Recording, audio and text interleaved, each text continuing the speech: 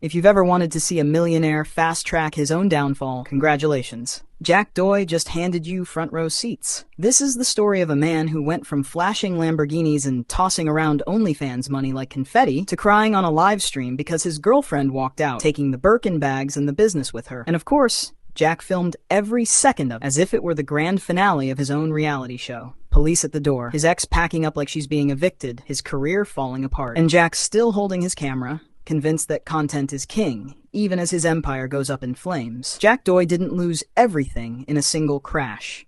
It was a slow-motion collapse, one he proudly documented himself. This is the same guy who once filmed himself crashing a McLaren, wiping out on a dirt bike, getting into fights, even cheating on his girlfriend. So the idea that he'd turn the camera off when his world was collapsing? Not a chance. When his now ex, McKinley, showed up at his mansion, not for drama, but with the police, she wasn't there to start a scene. She just didn't feel safe picking up her things alone. Jack's response? He started live streaming, because nothing shows emotional maturity like broadcasting your own humiliation in 4K. Here's the wild part. Jack confirmed every rumor about his meltdown himself. Instead of letting gossip fade, he went online to make sure everyone knew. Yes, he was spiraling. You give them everything, he ranted, and they still find a way to screw you over, bro. Within hours, the internet exploded. Not with sympathy, but disbelief. People started wondering if he was addicted to the chaos itself. Narrator, McKinley didn't just take the handbags and the Maybach. She took the business too. She wasn't just his girlfriend. She was the last remaining model in his OnlyFans agency. When she changed the passwords and disappeared, $500,000 in monthly income vanished with her. She used me to make $500 a month, and then left, Jack cried. In one move, he wasn't just dumped. He was fired from his own company. Narrator, when your brand is built on stunts, scandals, and non-stop flexing, you shouldn't be surprised when your partner says, "Thanks for the ride, I'm done." But somehow Jack was. He kept insisting he'd done everything for her, more than I've ever done for my own mom.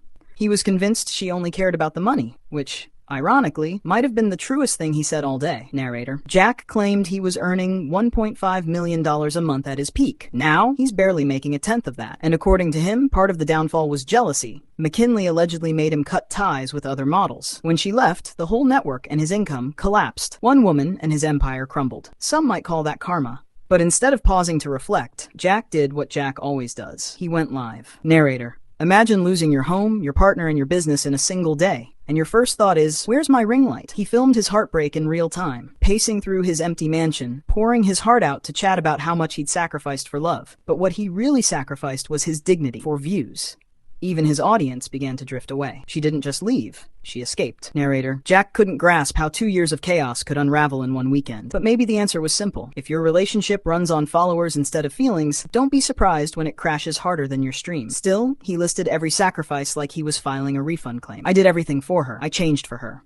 I made her my whole life. Then came the kicker. She's lucky to even be my girlfriend. Jack treated love like a startup, thinking that if you invest enough money, you'll earn loyalty in return. But that's not a relationship, that's business. And Jack's business just went bankrupt. Narrator, McKinley wasn't the first model to leave. She was just the last one holding the whole thing together. When the followers dropped and the money dried up, Jack realized he'd built his empire on quicksand and Wi-Fi. It would almost be tragic if it weren't so predictable. Because Jack didn't just experience his downfall, he directed it, filmed it, uploaded it. He wasn't mourning lost love. He was mourning lost revenue. When every part of your life is monetized, your friends, your relationships, your pain, eventually the people closest to you stop being partners and start being props. And the internet, it notices. Social media had a field day, memes, reaction videos, commentary. Jack's meltdown is now immortalized as one of the internet's all-time influencer disasters. People don't watch him for entertainment anymore. They watch for the cringe. Narrator. To be fair, neither Jack nor McKinley comes out looking great, but her calling the cops might have been less about drama and more about safety. Because when a man publicly insists,